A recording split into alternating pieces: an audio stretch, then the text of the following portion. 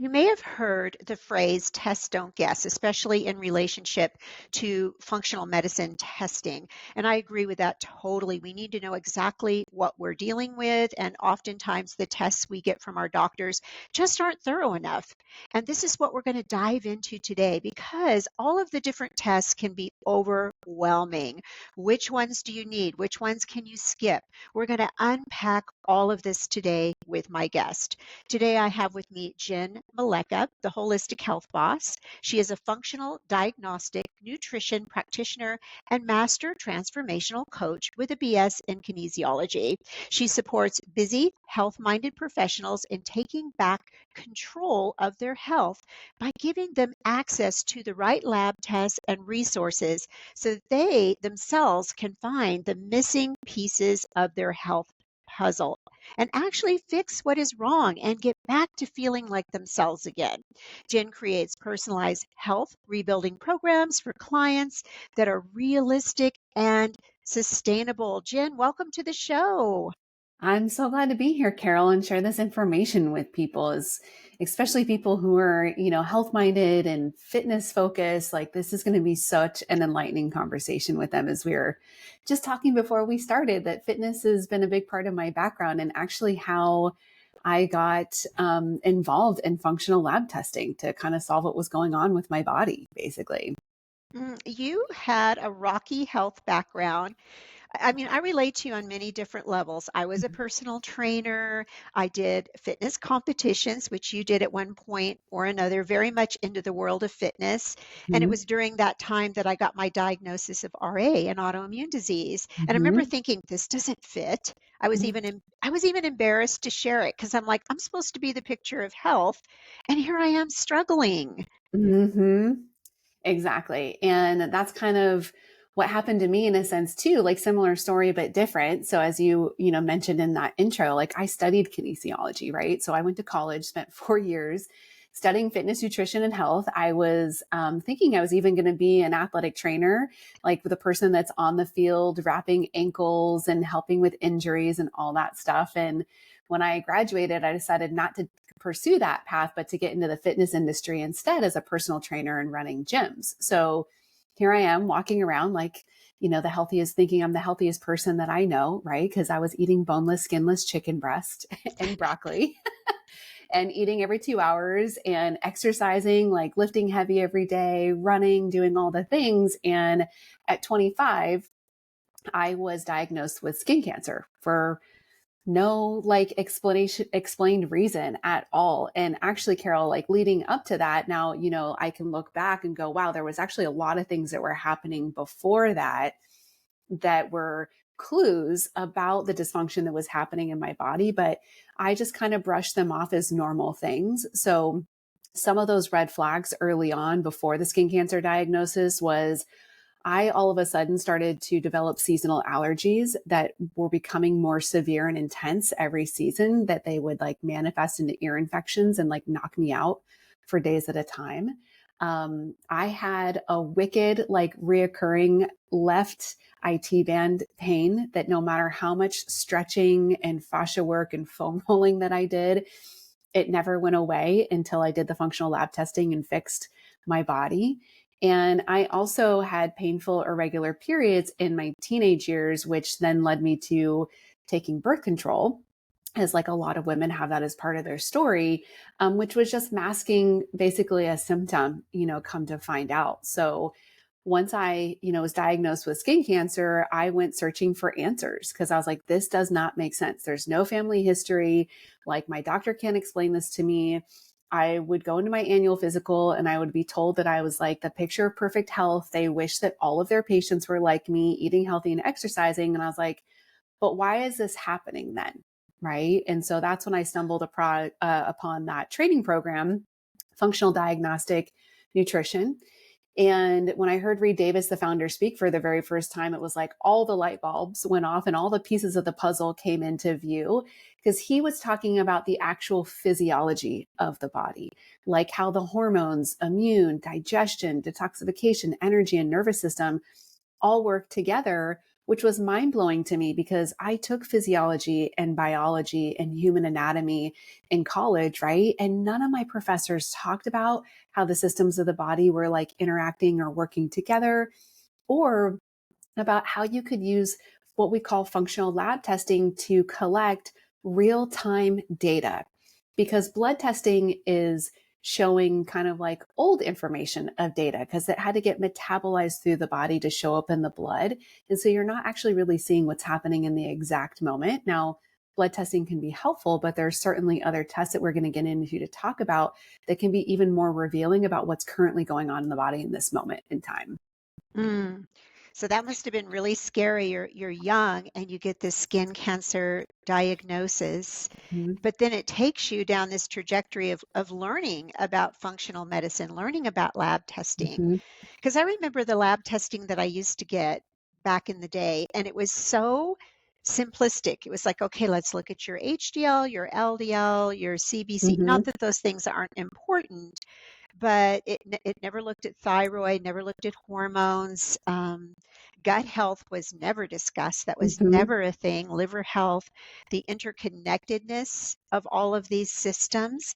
So, are you primarily working with individuals who are, let's say, they need to lose weight, or are they tired and fatigued and not sleeping? Mhm. What do they come to you with? What are their symptoms, or what are their main complaints, I should say? Yeah, it's really interesting because just like me, most of them are already invested in their health in many ways. Like a lot of people that I work with are CrossFitters, or they go to a gym regularly, have a personal trainer. Exercise is something they're already dedicated to doing. And a lot of times they're actually a little bit more advanced in the diet side of things as well too. Like they've tried keto or paleo or FODMAP diets or Whole30 diets, and they're just not getting the results that they would expect. And a lot of what they're trying to accomplish is, yes, definitely losing weight. That tends to be one of the top things that I see is like this weight loss resistance. Like they can't lose the weight no matter what they do, diet and exercise wise, or they're gaining weight regardless of their efforts. Energy is a big one, just having that afternoon crash, or it's getting harder to wake up in the morning in order to go be committed to their exercise routine. Other people will be, experiencing a lot of GI upset, gas and bloating is probably the most consistent thing that I see, and joint aches and pains, right? And these are all things that in our society are just kind of accepted as normal because they're common, but they're actually, signs from the body that something is not correct, right? And I'll say that I've resolved all of my issues. Like I got that skin cancer diagnosis at 25 and I just turned 42 2 days ago. And I've never had a reoccurrence of skin cancer. I have zero joint pain and IT band pain, and I'm still a runner and I still exercise and lift heavy and do all the things. So it is possible to age and not experience these things. Mm. Now, looking at autoimmune, we'll just take one of these health situations. There's so Mhm. many different ones. I've heard different things. I've heard people say past trauma or a stressful event could trigger something. I've heard people say perhaps there's some genetics. Mhm. But then the one I've heard the most is the connection to the gut. What's your thought on that? Yeah, well, as somebody who also had Hashimoto's, which is another autoimmune type of condition that I've reversed, because a little bit later after my skin cancer stuff, we had toxic mold in our home, which triggered all kinds of things in my body, dysfunction, and led to Hashimoto's. I reversed that Hashimoto's in 6 months. So I just want to start by sharing that to let people know that even with an autoimmune condition, it is possible to reverse it or manage it naturally. And the gut is a cornerstone for being able to do this. So, in an autoimmune circumstance, there are three things that are required or that are a part of that cultivate that experience in the body. And one is there's typically a genetic predisposition. So but that doesn't mean that you're destined to experience that. Like we know now from the study of epigenetics that our genes are turned on and off based on our lifestyle and our choices. right, in our environment. So even if you've got that genetic predisposition, that doesn't mean that that's always going to be true for you. The second part is your gut health, because the immune system mostly lives in the GI tract, in our intestinal lining. So it's estimated that about 80% of your immune system operation happens in the gut. So when we've got an inflamed and dysfunctional GI system, then that is going to make the immune system be hypervigilant. And autoimmunity is when the immune system is so overly active, it ultimately gets to a place where it cannot differentiate between the bad guys and healthy tissues. So it starts attacking tissues in the body. And then wherever you might have that genetic predisposition or weak links, as we like to say sometimes, like mine was my thyroid, yours was RA, right? It'll start attacking those tissues. But there also is a triggering event, or I would even say a multiple events can contribute to the trigger that results in this. So a trigger could be things like gluten, for example, or environmental toxins. It can also be trauma, because trauma has a major impact on our cortisol levels in the body, which cortisol is our natural anti-inflammatory. So when we've experienced a lot of trauma, something like cortisol dumping happens over a period of time. Our cortisol regulation gets dysregulated. And then we don't have the ability to control the inflammatory fire that's going on in our body, essentially, right? It can also be from other lifestyle and environmental factors that can be triggers for this.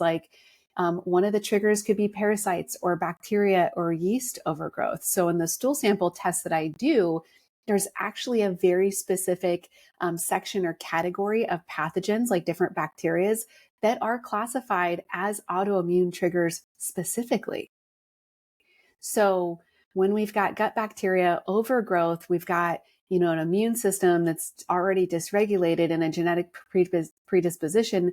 That's like the perfect storm that then expresses in the body as an autoimmune condition. So many light bulbs were going off as you were speaking. It's interesting. I just recently had this rotator cuff bicep tendon surgery, and I wouldn't say the surgery itself. I mean, they go in. It's not that it's super complex, but what it does to the shoulder, to the body, is pretty intense. The pain is Mm-hmm. is very intense afterwards. And I had this huge skin reaction about 24 hours starting Oh. after the surgery. It was like an eczema, a really bad eczema that was facial and on the arms and the hands and the legs. Now it's gone. It's under control, but I was kind of fascinated from the standpoint of wow, my immune system just fired up and went bonkers. It Mm-hmm. was obviously some type of autoimmune reaction. So Mm-hmm. it's interesting to me what triggers it. And then the idea of reversing it. For me, I have to do certain things and do them consistently, Yeah. lifestyle wise. And the minute I stop those things, those symptoms can creep right Mm-hmm. back in. Mm-hmm. Yes. And that's such a perfect example, like a relevant story right now to tell is that, when you had that surgery and that physical trauma in the body, not to mention, did you do any type of anesthetics, Mhm. like anesthesia, Yes, right? yes. And then probably pain modulators and all those things that creates this load on the body. So that in itself, there's the trauma from the surgery, like you're literally cutting open the body and doing something, right? And then we kind of add fuel to the fire with all of these medications and anesthesias and different things that are a part of that process. And depending on, the resiliency or the constitution of your body going into that, you can certainly have a reaction coming out of it, right? And it would be really interesting for you. I don't know how often you test your antibodies for RA, but you probably would see a spike in antibodies after that procedure. And then eventually as the body heals, then those antibodies would come down. right? Interesting. Yeah. Yes. And which happened to me at one point in time. I got my Hashimoto's into remission and went to a wedding and like thought we ordered gluten-free food and probably didn't because I definitely felt it in my gut the next day. And just so happened to be doing a follow-up test on my thyroid like a week or two later, my antibodies had spiked again. But just recognizing that that was a correlation with a recent experience. It wasn't something to really like freak out about, right? So I gave my body some time to heal, retested a month or two later, and the antibodies were back down to normal, right? And this is just the response that our body has to our environment, and we can start to pay attention to those things and then make informed decisions or, and along with that, support the body with those decisions on like, okay, like clearly you probably needed to have that surgery. Mm-hmm. So, how are you going to support your body leading up to that and then afterwards so that it can heal as well as possible and bounce back, right? Right, right. I've talked about that, how I prepared for surgery, doing Mm-hmm. everything leading up to it. And then the habits you have, of course, coming out of it. I looked at my supplementation. Well, that's last of what I looked at, but hydration, Mm-hmm. nutrition, and of course, sleep's been out the window because with a shoulder Right. surgery, you just don't sleep because you have to sleep upright. Mm-hmm. Mm-hmm. But it's been an interesting experience. Now with the gut health, I find that to be one of the most overwhelming topics because I feel like there's so many things that can go wrong. There's so many different type of tests. Where Mm-hmm. do you start? Let's say somebody comes to you and there is bloating or they have joint pain or and you suspect that there might be a problem Mm-hmm. with the digestion, with the gut health. Where do you start with the testing? Yeah. So, kind of like how we started this conversation, is that we want to actually look at all of the systems of the body because the systems of the body interact with each other, right? And this is part of where there's a downfall or a gap in our conventional system. If you think about it, like if you have a gut problem going on, you go to the gastroenterologist, but that gastroenterologist is not talking to your endocrinologist who looks at hormones to look for some of the patterns and the correlations happening between the different systems of the body, right? So when I work with people, we are usually running a handful of lab tests so that we are collecting clues from the hormone, immune, digestion, detoxification, energy, and nervous system all at the same time so that we can see those patterns and correlations. So those tests will include like, I mentioned the stool sample test, GI map. So we're looking at that. That is helping us to assess like beneficial bacteria in the gut, like what is the balance of the good guys, your probiotic type of strains. And then also what is the balance of what we would maybe think of as bad guys, like the, bacteria, parasites, yeast overgrowth. It's natural to have a little bit of that in your ecosystem. It's part of our symbiotic relationship with the world. But when those things become detectable on a test and they're overgrowing, they become problematic because they produce their own waste product, basically toxins, essentially. Like this is going to be gross for the people to think of, but like bug poo. Um, and so then that can create a load, like, for example, on your detox system, on your liver and your lymphatic system. And also the biofilms and the different things that they create. And what's really interesting too, that I'll connect the dots here for people is, for example, I mentioned earlier that I had this like wicked IT band pain that wouldn't go away no matter what I did, right? How much I stretched, foam rolled. And I also was getting kind of like infrequent migraines. So, and then the joint pain stuff. So, H. pylori is a bacteria that we find overgrowing very often on a stool sample test, like the GI map. And that H. pylori can correlate with migraines. It also can correlate with like dysfunction at the T7 vertebrae and create that lower back to IT band pain. So Carol, like once I cleaned that stuff up, the H. pylori was gone. That's where the IT band pain and the migraines Mm, completely went away. interesting. And then we can also get parasites like Blastocystis hominis that get into the synovial joint fluid that can create some of that joint pain stuff. But even when we're seeing that stuff on a stool sample test, we want to ask the question, well, what makes you a good host for that stuff? Like, why is that occurring in the body? So that's where we look for other clues. in the systems. So the other test that I'll do is a food sensitivity test, because like me, I was eating healthy, but I was sensitive to some of those healthy foods because of this just like internal metabolic chaos that was happening.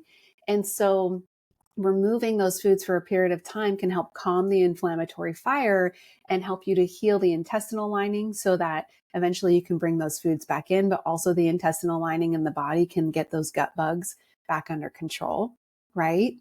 We'll also run often a Dutch test, which is a urine test to look at cortisol, testosterone, progesterone, estrogen.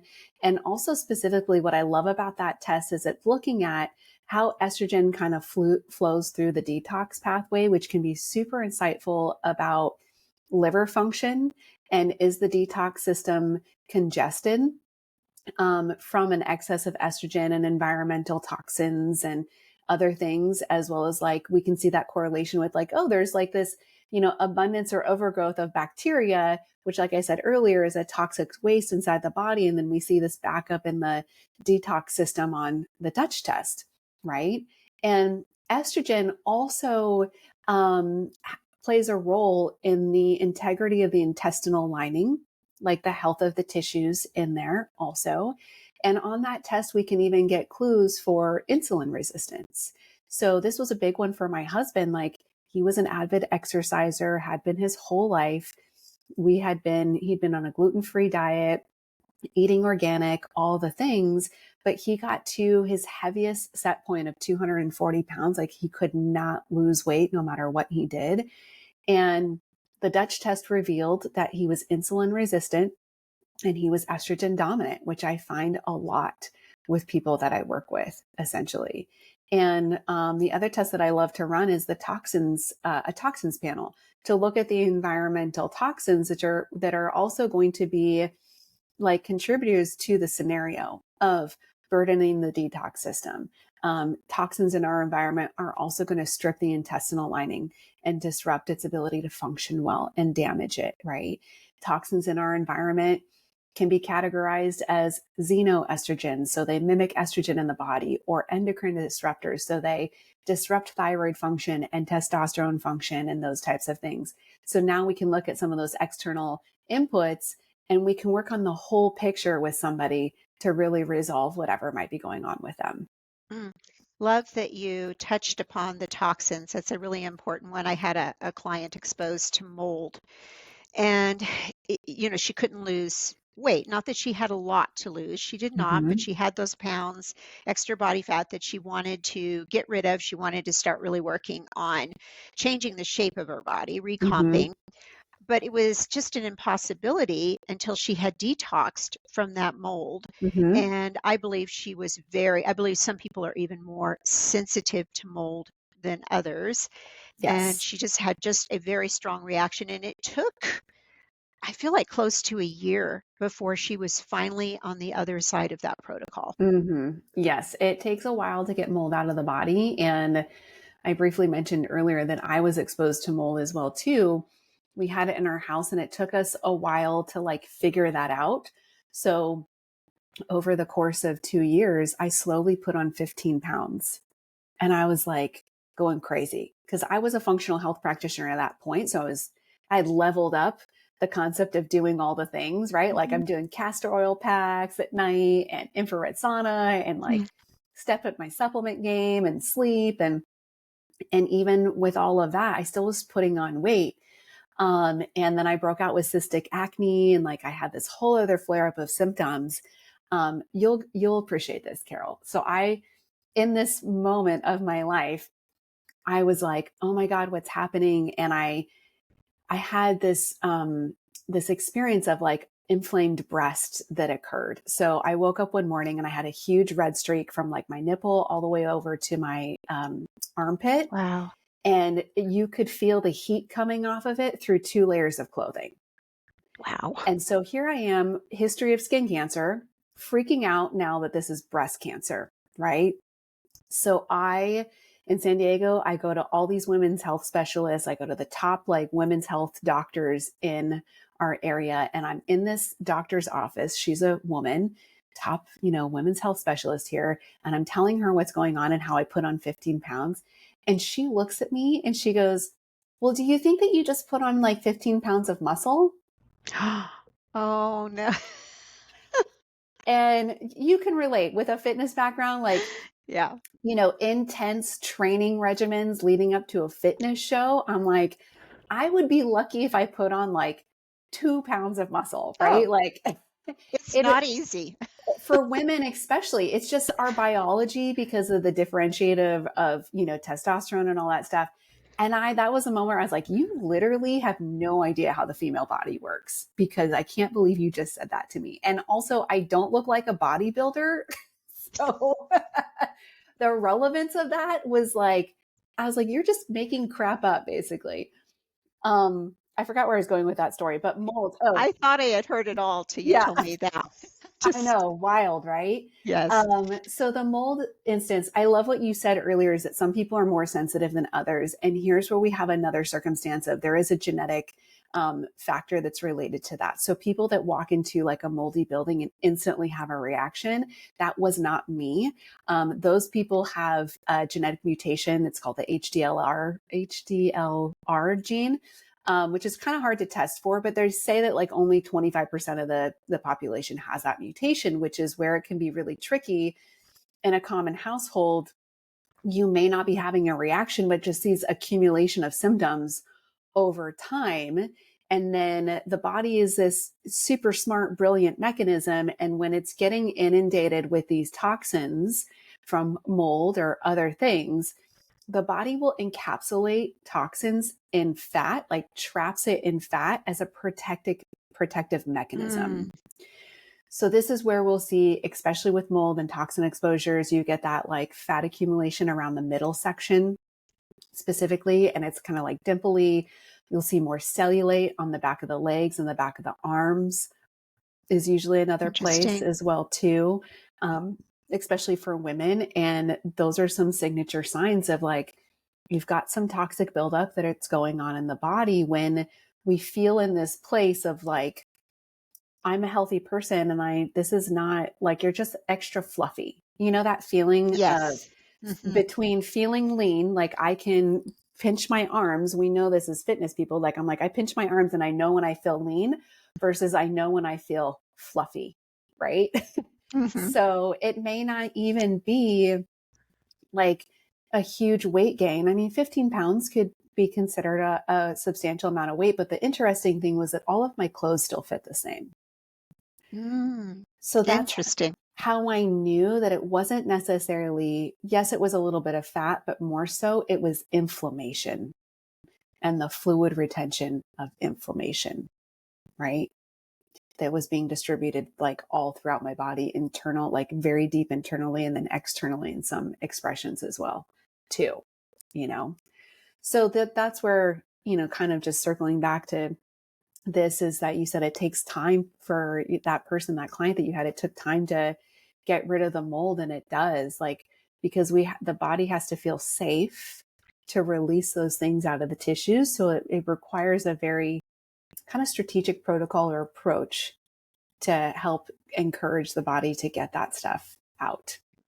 And so much patience that Yes. person, and credit to her. I mean, she's in the medical field, so I believe she understood, okay, I'm in this for the long haul and this is going to take time. And she was very patient through that process, because most of the time what I see is women come and and I don't blame them. They just they want to get that extra weight off. They're ready to go, and then to be told, oh, we have to do this other thing first before we can do this, whether it's a reverse diet or testing or whatever that is, that can be really frustrating for a woman. It can. And I like to help people reframe that, because we've been conditioned to think that you lose weight to get healthy. Yes. Right. So you go to the doctor and you've got cholesterol, blood pressure, you name it. And they're like, eat healthier, exercise more, lose weight equals health. And in my experience personally, and in the clients that I work with, it's actually the opposite. You have to get healthy in order to lose weight. So Agreed. when all of the systems of the body are actually working well together, then the body will lose the weight, or it's easier to maintain the weight. And I think about like those, like my old school, like fitness competition days. And then the question goes like, those like back when I was doing that, that was like 20 years ago or something, definitely 15 years ago. And we didn't have the same knowledge about health and like healthy eating that we do now. Like nobody was eating organic back then per se. And so then the people will always say, well, what about those people that do fitness competitions and are super lean? And I was like, that doesn't necessarily mean that that's a resemblance of health.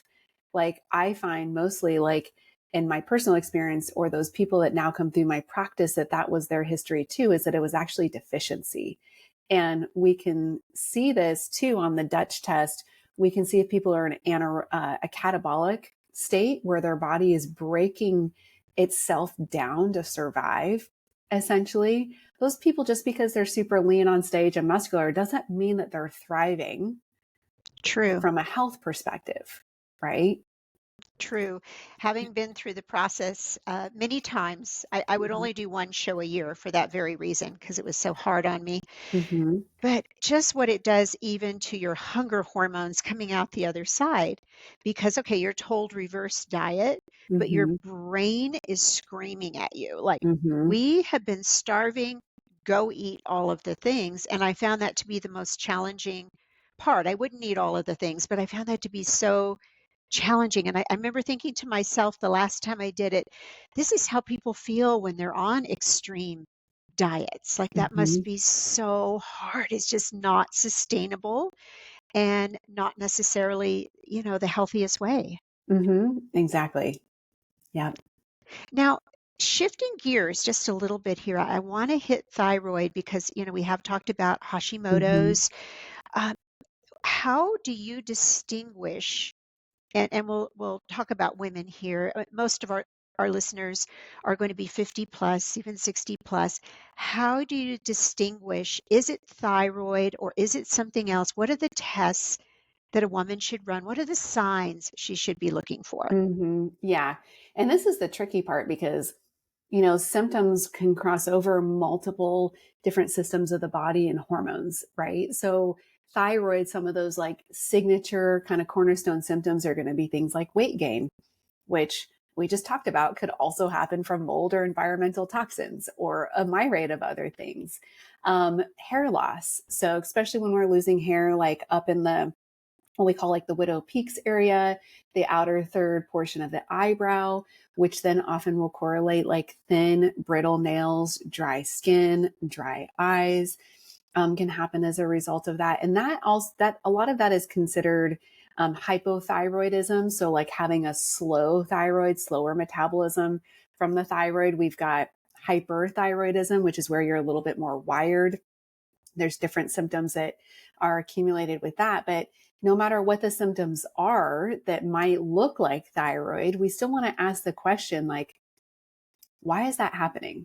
What's contributing to what's going on with the thyroid?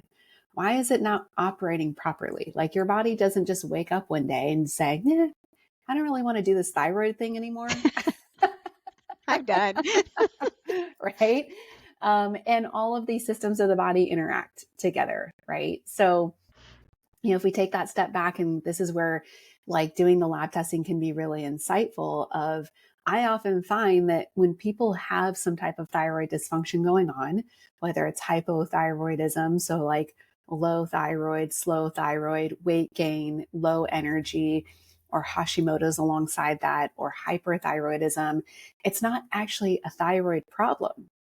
It is this multi like dimensional dysfunction that's happening in the body, like within the overarching hormone system and the gut and the detox system. And a big piece to connect here too is that there's a large majority of our thyroid hormone that is converted in the liver and the gut tissue. So this is really like when we're looking at thyroid, we should be looking for T4 and T3 in the thyroid panel. So also this is where some of the confusion is in thyroid and why people are missing the mark here is that oftentimes what's being tested to evaluate thyroid health is just this little hormone marker called TSH, thyroid stimulating hormone, which is kind of funny because if you just take a moment to think about that name, it's thyroid stimulating hormone. So it stimulates the thyroid. TSH is not produced by the thyroid. It's actually produced by the pituitary gland in the brain to stimulate the thyroid gland so that the thyroid gland then releases primarily T4 is what we pay attention to, thyroid hormone 4. And then T4 is converted into T3. And T3 is actually what the cells use to do their job, right? So we've got these T3 receptors on our cells that like take in T3 or they block it out sometimes, depending on the situation. And then that T3 is what helps, what facilitates the function of our cells. So when we're losing our hair, when our nails are brittle, when we're not losing weight, that T3 is usually really low. And a lot of people are then getting diagnosed with hypothyroidism. They're being sent home with a medication without ever exploring, why is T3 really low? So T4 gets converted into T3, right? So we should be looking at both of these things. And then also taking a look at, okay, these T4 is converted into T3 largely in the liver tissue and in the gut tissue. So maybe we should get curious about the health of that tissue. And if that tissue is not healthy because the detox system is congested from other things, or like we talked about earlier, there's bacteria overgrowth in the gut, there's inflammation going on in the gut, we're not going to convert that necessary thyroid hormone very well, right? Not to mention, if our intestinal lining is a mess, we're not converting well, we're also not absorbing the nutrients well that we need in order for conversion to even happen, right? Mm-hmm. So there's a much bigger picture to be considered when we talk about thyroid or any other circumstance in the body.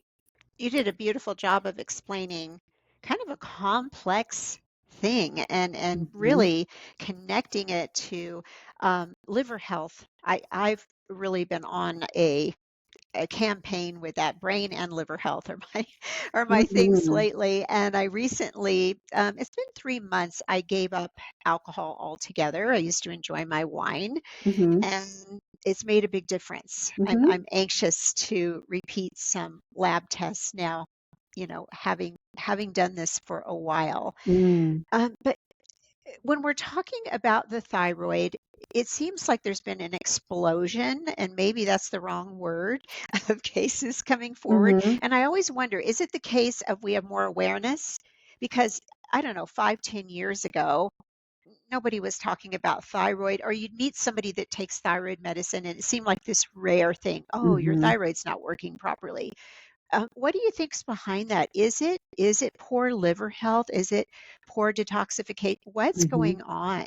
Yeah, I wish that it was a simple answer, but it is like multi-leveled, right? Essentially. And it is, I would say it's an epidemic that's happening. There's more and more. So I think part of it is the awareness part.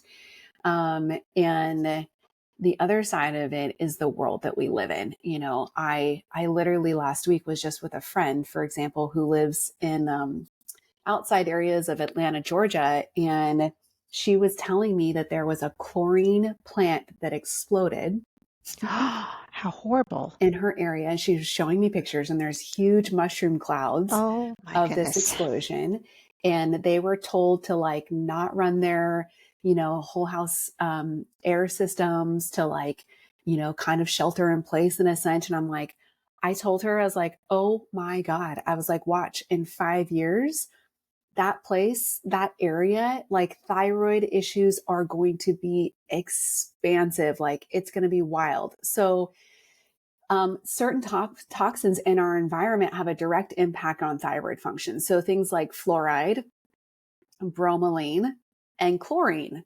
Where do we find those things? In our water, right? Yes. Like in our drinking water, in our shower water, our bathing water. And so these things like bind to the thyroid receptors and make thyroid like balance ineffective, like disrupt the balance of the thyroid essentially. And, we just saw, I think it was just within the last 6 or 8 months or something, the Environmental Protection Group Association, the EPA, our government agency that regulates toxins, is finally acknowledging that the level of toxins in our drinking water are too high. And they have now made a new regulation that everybody has to meet this lower level of toxins by like 2027, and that's not, I don't know how realistic that is, but the thing about that is that what I want to pinpoint here for people is that they're just lowering the acceptable toxin amounts in water. They're not eliminating them. And I truly think that when we think about our world and go, what is the root cause? Like, this is something that it's a word, it's a verbiage that's used in the functional medicine space so much, right? Like, oh, we get to the root cause, like, oh, your root cause is a thyroid problem. Oh, your root cause is SIBO or mold. When we think about that, it is like, what is actually a root cause? And a root cause to me, it is something that is unnatural in the environment. So our body wants to be in balance. And when we are living in a natural environment, the body is within balance. Like, if we could all just live out in nature and eat organic food and eliminate toxins, if you stripped all of that away, the body would be in balance. And so toxins are really at the core of this from every element. When we talk about what's wrong with our food, it's toxins, right? These highly processed foods that are laden with seed oils, which are toxic. Or my husband right now is working with a group that's doing a study about the correlation between autism and mold, ochratoxin in grains specifically. Also, grains are laden with glyphosate, right? So we literally, it is what I believe is the real true root cause of anything is our toxin exposure. And we just have to acknowledge that we live in the most toxic world that humanity has ever seen before. The way you put that, it's very true. Our bodies are amazing. They're meant to withstand a certain amount of toxins and detoxify Mm-hmm. naturally. But I do believe there's a tipping point where Yeah. it's just too much and the Mm-hmm. body can't handle that. So, Jen, I know you have a hard stop. I mean, Yeah. I could just literally go on. I know. And so I'll have to have you back. For the listeners, we had some technical issues in the beginning, so we got a bit of a late start, but Mm-hmm. these things happen. As we wrap up, how can the listeners connect with you, work with you, all of the things? Yes, thank you. And I love to help people along any of these things that we've talked about. So I love to hang out over on Instagram. It's like my platform of, Me too. choice, basically. So let's make sure we're connected on Instagram. So I'm sharing information like this all the time. Like, I have a toxins checklist, for example, that will help you kind of do an assessment of your lifestyle and your home to like sort out what things might be, what some of your toxin exposures are. I talk about that a lot over there. And this concept of like, there's a difference between eating healthy and eating right for your body. Like, not all healthy foods are right for your body. So let's figure that out, because that was a game changer for me. So I'd love for people to come over and connect with me there, ask me more questions about what we've talked about today or other things. And I do have a regular newsletter where I'm sending out information like this all the time too. So you can connect with me on that over at wholistichealthboss.com. And that's also Wholistic Health Boss on Instagram. And holistic is with a W, like whole foods or whole person. Thank you so much, Jen. I definitely have to have you back because I feel there were so many subjects, so many directions we could go. Thank you for being on today. We appreciate you and the work you're doing. Thank you so much for having me. And to our listeners, wherever you are in the world, we wish you every blessing. Bye for now.